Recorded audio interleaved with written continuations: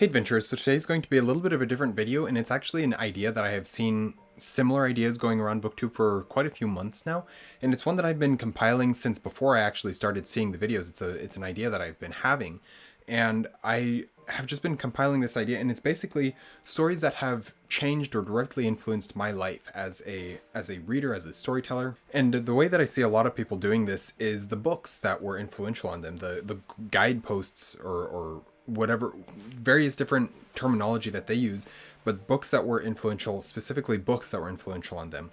And the way that I went about compiling this list was always with the thought and the intention of this channel is about stories, not specifically just about books. I focus mostly on books because that's an easy way to approach that.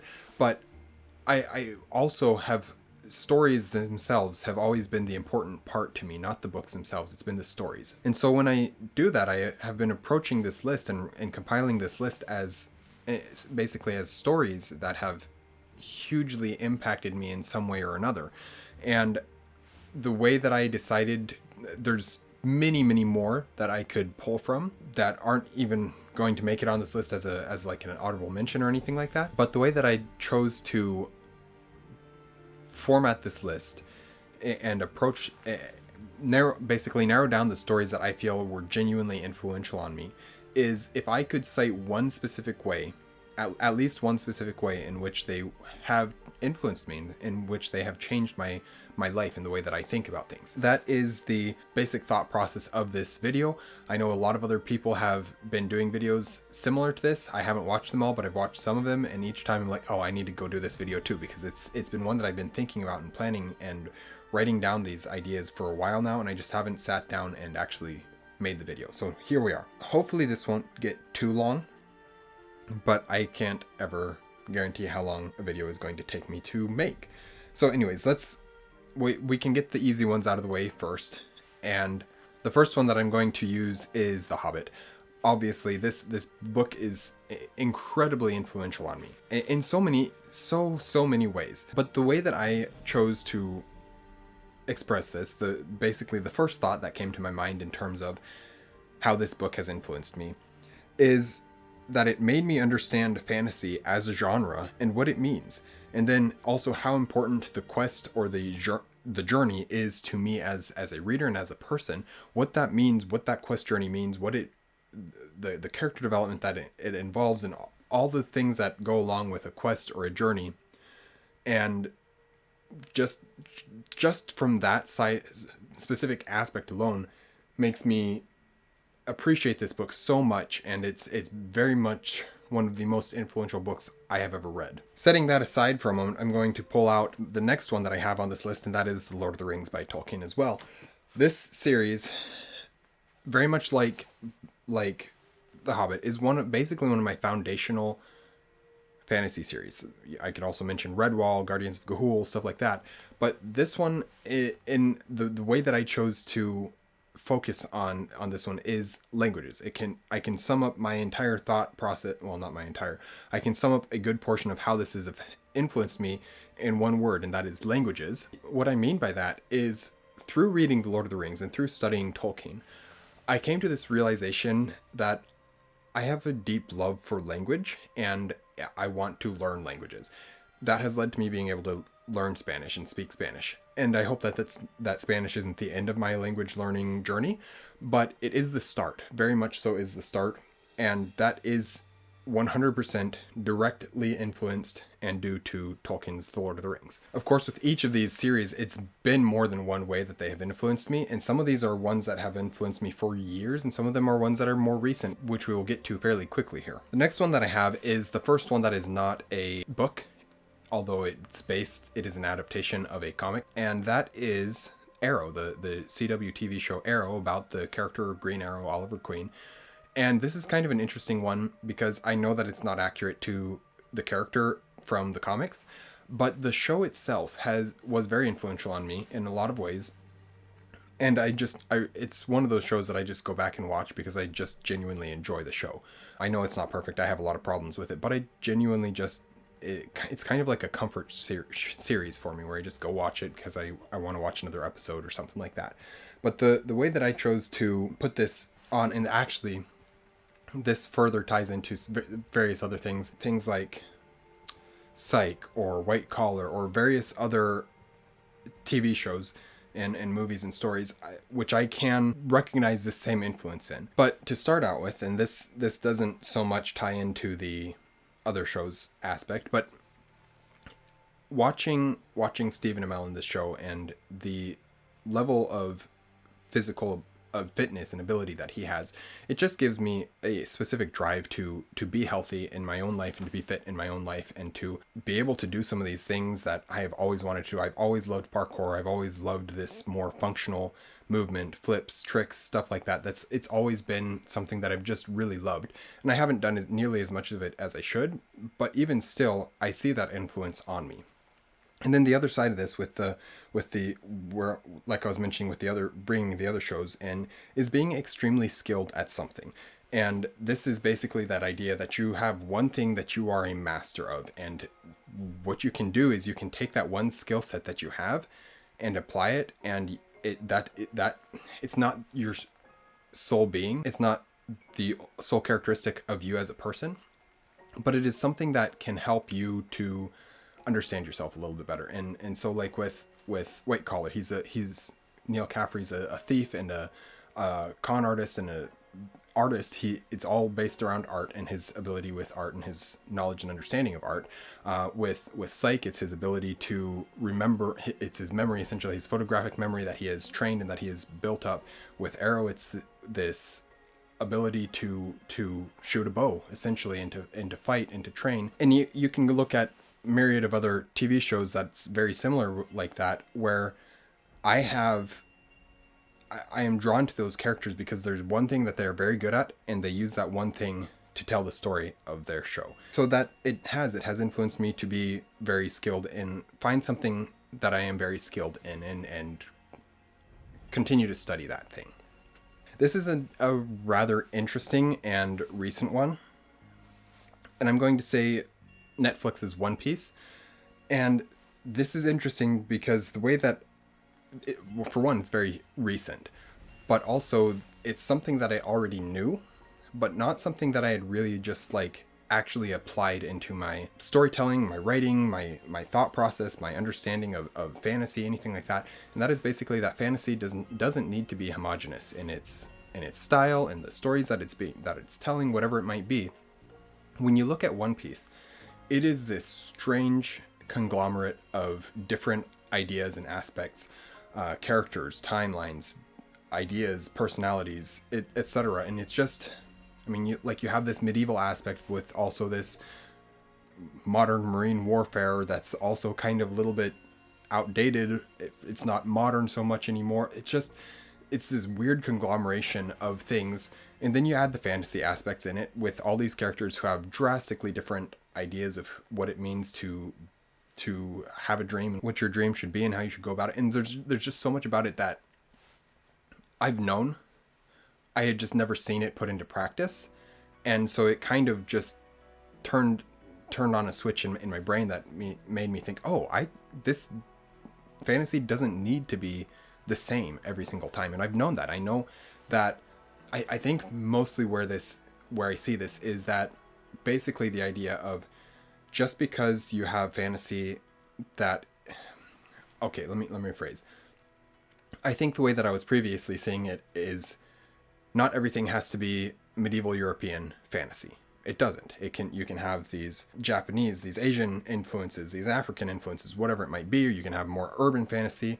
You can include all of that, and that's all considered fantasy. But then watching One Piece, it made me realize, but you can also take those various and sundry pieces and stick them together into one series and understand it, one story, and it still makes sense and it still work. And so I think that's specifically what I'm meaning by it doesn't need to be homogenous. Getting back into books here for a second, this is a little bit of an interesting one for me because it was not something I was at all expecting to ever find from a fantasy series, and that is The Collation Saga by Andrew D. Meredith. First off, I've loved these stories, and there's a lot more than just this that I am taking from it, but I can combine, or I can focus my thought process for this video into one word, and that is prayer. The way that Janet Brostein in this series goes about his life and approaches prayer, and you see it with some of the other characters as well, it basically changed my perception of prayer and what prayer can be and how it can be used. And obviously I know that we're not going to have glowing light bulb miracles like they do in this series occasionally. But what it does is wow, this is getting heavy. It allowed me to see basically that prayer doesn't have to be something super formal where you sit down and you go follow the example prayer that Jesus set out and to his disciples or anything. You don't have to do that. It doesn't have to be a very specific formal prayer. It can basically just be, God help me. And that is enough. And seeing that and understanding that, it has actually genuinely changed my prayer life as a Christian. And that is not something that I ever expected to find from a fantasy series. But it's great, and it really brings into focus the verse in 1 Thessalonians 5:17, pray without ceasing. And how can you do that? Well, you don't have to be sitting down physically doing this very formal, long prayer about anything. You can literally just be in communion with God at all times. And that's a very different prospect, a very different idea, and that has really helped me in a lot of ways. Moving on, I'll do another series, and this is the Justice League animated series that from the late 90s, early 2000s. It's set in the same universe as Batman the Animated Series, Superman the Animated Series, Static Shock, Batman Beyond. I think there might be, I don't remember if there's one other series that ties into that or not. But anyways, the thing that I saw about this is a series that I watched a lot of as a kid, especially the first, what was it? 3, 4, 5, it was like the first 7 episodes or something like that. We had a VHS that had 3 of the 2 episode arcs, or 3 episode arcs or something like that from the first season. And then we later on, a little bit later in our childhood, we got a DVD with the first 3 episode arc of the show. And so like I watched those a lot, and there's a lot that I remember. I remember that series and those episodes very clearly. But one of the things I remember specifically is the Manhunter episode where John Stewart Green Lantern is arrested and put on trial. And that the whole support system that he gets, but then also the taking responsibility for his actions. He truly genuinely believes that he did the thing that he was blamed for, and so he was ready and willing to accept the consequences of his actions because that's what he genuinely believed. And there's so many things about it in that one, but also the finding Martian Manhunter in the first episode, and basically what came from this, and me thinking back on this series, is the support system and the necessity of accountability. So you need that support system of, looking back at the Martian Manhunter one, they find him and they instantly accept him. In the Green Lantern one, Flash is there defending him immediately. There's no questions asked. He's like, I'm going to defend John. I trust him. I know that he didn't do something like this, that he couldn't have done something like this. And so Flash is just instantly there. And the rest of the league is as well. And just that accountability that he has, that Stewart has to the universe, but then also to his friends, but then the support system that all those characters have within each other. It's just something that really resonated with me and really made me want to be able to be that for somebody else. Moving on, we will do Star Wars. And this is a little bit interesting one because when I say Star Wars, I'm specifically talking about episodes 1 through 6 that are George Lucas, and then Clone Wars and Star Wars Rebels. Those ones specifically have really influenced the way that I see the world in a specific way. And that is that through watching Star Wars and understanding Star Wars and understanding, you can say the same thing about you can say it about Sanderson or Tolkien or anything. They've all had this similar influence, but I think it was specifically with Star Wars that I realized something about myself, and that is that I see the world through storytelling, which is really interesting. And I feel like there's a lot of storytellers who do that, but maybe haven't articulated it in that way for them yet.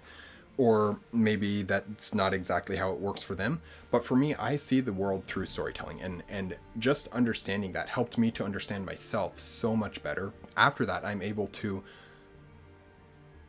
understand the way I think, why I think certain things, how to then approach certain aspects when I need to take a step back and let something else happen, whatever it might be. Just understanding that about myself has influenced me and helped me so much, as well as helps me as a storyteller, as a book reviewer, all that kind of stuff, because I'm able to see the stories and I'm able to see the reality and the when why they're being told, all that kind of stuff. And it just has helped me immensely as myself to understand myself. The next one I'm going to cite is The Giver, and this, again, there's a very specific thing about this, and that is in the book there is a concept that is brought up. This concept, this idea, is used as a means of oppression and suppressing free thought, the ability to speak freely and to understand and to communicate, all that kind of stuff. It's very much used as a means of government oppression. But at that same time, to me, it really resonated with me because it's something that I struggle with communication. And so this concept of precision of language really resonated with me. And it's basically this idea of use the word that accurately describes what it is that you're trying to say. So in the book, they use the example of love. And what does love mean? Do I respect you? Yes. And they go through a whole list of things, and it's seeing that the difference in these words changes the meaning of what you're trying to say drastically. And so choosing the correct word for what you mean is very important. That concept of precision of language, I have, and I continue to try and apply to my own life. I struggle and I fail all the time with it, but I try to be more precise with what I am saying, with the words I am choosing. And so that is a direct influence on me. The rest of the book as well. There's a lot in that book that has really influenced me in a lot of ways. But just again, I'm taking one specific aspect that has influenced me and that I have seen have an influence on me as a person, and I hope is helping me to be better. The next one is one that I actually had a hard time pinpointing what it was about these stories that made me want to include them on this list. And it isn't specific to these books, but it is everything in this genre, and that is basically Arthuriana. I pull out Le Morte d'Arthur and Sir Gawain and the Green Knight because those books really solidified it in my mind a little bit what this idea was. But it's far from just these books that have it. It's really anything Arthurian includes these as well. And that is basically, well, first of all, chivalry. Always choose what is right, even when it is difficult, and then don't make problems for yourself. Those are kind of three of the big themes that are kind of all intricately tied together throughout all of the Arthurian myths. Le Morte d'Arthur, the whole big thing is the death of Arthur. This is him, his rise to power, his creation of Camelot, or his founding of Camelot, and all that it means and why he does it, and the greatness of it, only for it to then fall because of him and his knights creating their own problems for themselves and causing worse problems than they originally had. And it's that whole idea is interwoven into it. You can say the same thing about Sir Gawain and the Green Knight. He gets himself into trouble, is honoring his word, but then he chooses to lie at one point, one critical juncture in the book. He chooses to lie, and it causes nearly his downfall. Except then he repents. He says, "No, this is wrong. Let me tell you the truth real quick." He tells him the truth, and then he accepts the penalty. And that's so interesting, and it's not interesting. It is interesting, but it's so influential because it just really makes clear to me that I need to be careful with the actions that I take, with the decisions that I make. And I need to make sure that everything that I am doing and saying and acting is what I truly want to happen for my own life, for my own self, that I am truly doing what I know is correct. And so yeah, that's all of the Arthurian myth has culminated in that for me, which is maybe part of why I am so constantly drawn to the Arthuriana. But anyways, we'll leave that one there. Just a couple more here. Staying with the with the Arthuriana through line for a moment, I'm going to go with Merlin, the TV show, the BBC series. This one specifically, well, besides the fact that I love it, besides the fact that it's Arthuriana, and there's so much greatness about it, it kind of actually showed me my need to tell stories. It showed me this is who I am, this is who I'm supposed to be. I need to be somebody who is telling stories, not necessarily like Merlin, in terms of the way that that series is told, but that story very clearly, it resonated with so many people. Is basically completely beloved by almost everybody who watched it. And I just, it showed me that I need to be telling stories as well. In whatever the way is that happens, okay, that's fine, but I need to be telling stories. And so it has really directly influenced me in that way as well. For the last big one that I actually have on this, and I see now that that's 11 and not 10. That's all right. I've got a couple of like honorable mention type things as well. I actually have the Hunger Games on this one, and that is because this book, the series, made me like sick to my stomach with anxiety, essentially, about what the government can do, and it just gave me a distrust for governments as a whole, which is kind of the whole purpose of the United States Constitution and the Bill of Rights, is that we are supposed to protect ourselves from a government. The government is there to protect our rights, but then when they start infringing upon our rights, we need to do something about that.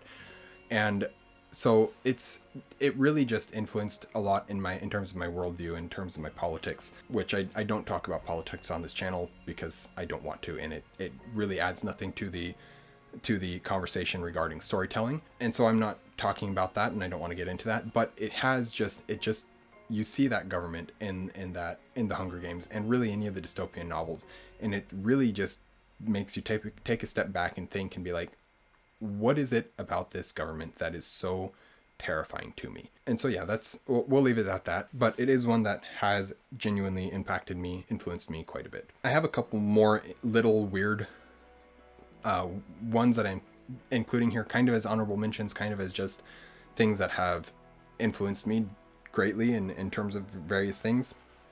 And I'm gonna name a couple that all tie into the same idea that I went with, which is why I didn't put them as another point, but rather as like this honorable mention type thing.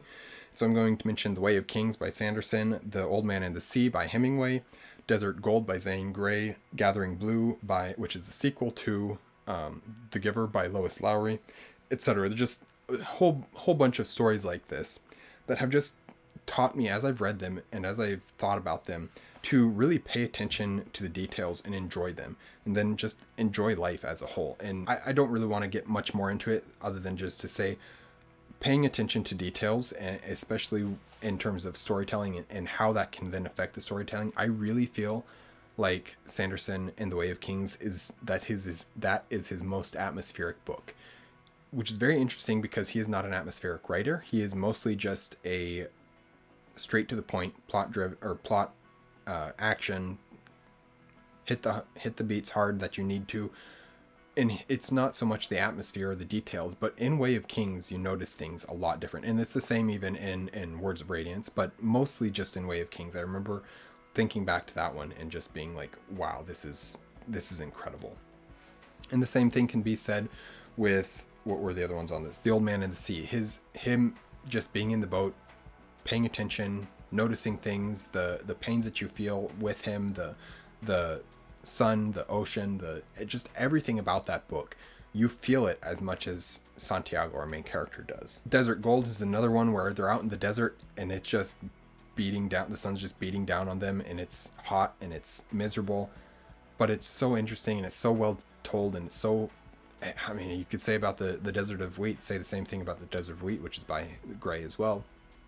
There's just a huge level of detail and atmosphere in these books that just very clearly helps to describe it. And again, with Gathering Blue, it's the same thing, especially because Kira, our main character in Gathering Blue, sees colors in a way that nobody else does, and understands colors in a way that nobody else does. And that's so fascinating. And you just, her ability with colors, her paying attention to details, essentially makes her stand out and makes her so memorable to me as a reader in that book as well. So that's kind of just a bunch of kind of a conglomerate that makes me pay attention to details a little bit more. Also, the Road to El Dorado is one that just kind of subconsciously influenced my love of Aztec and South American culture. Like I mentioned, Spanish, I can actually speak Spanish now. I spent 6 months in Panama, stuff like that. So it not directly, but kind of subconsciously, the Road to El Dorado influenced that. Also, Andy Griffith Show is one where as a kid, we watched that over and over again, and it's just one of the most influential TV shows for me as a viewer on my life as a whole. I always think back to the shot heard around the world when Andy's telling the story to Opie and the rest of the kids, and Barney even's in the background, and he's telling the story of the Midnight Ride of Paul Revere, and they're just so enthralled with his storytelling.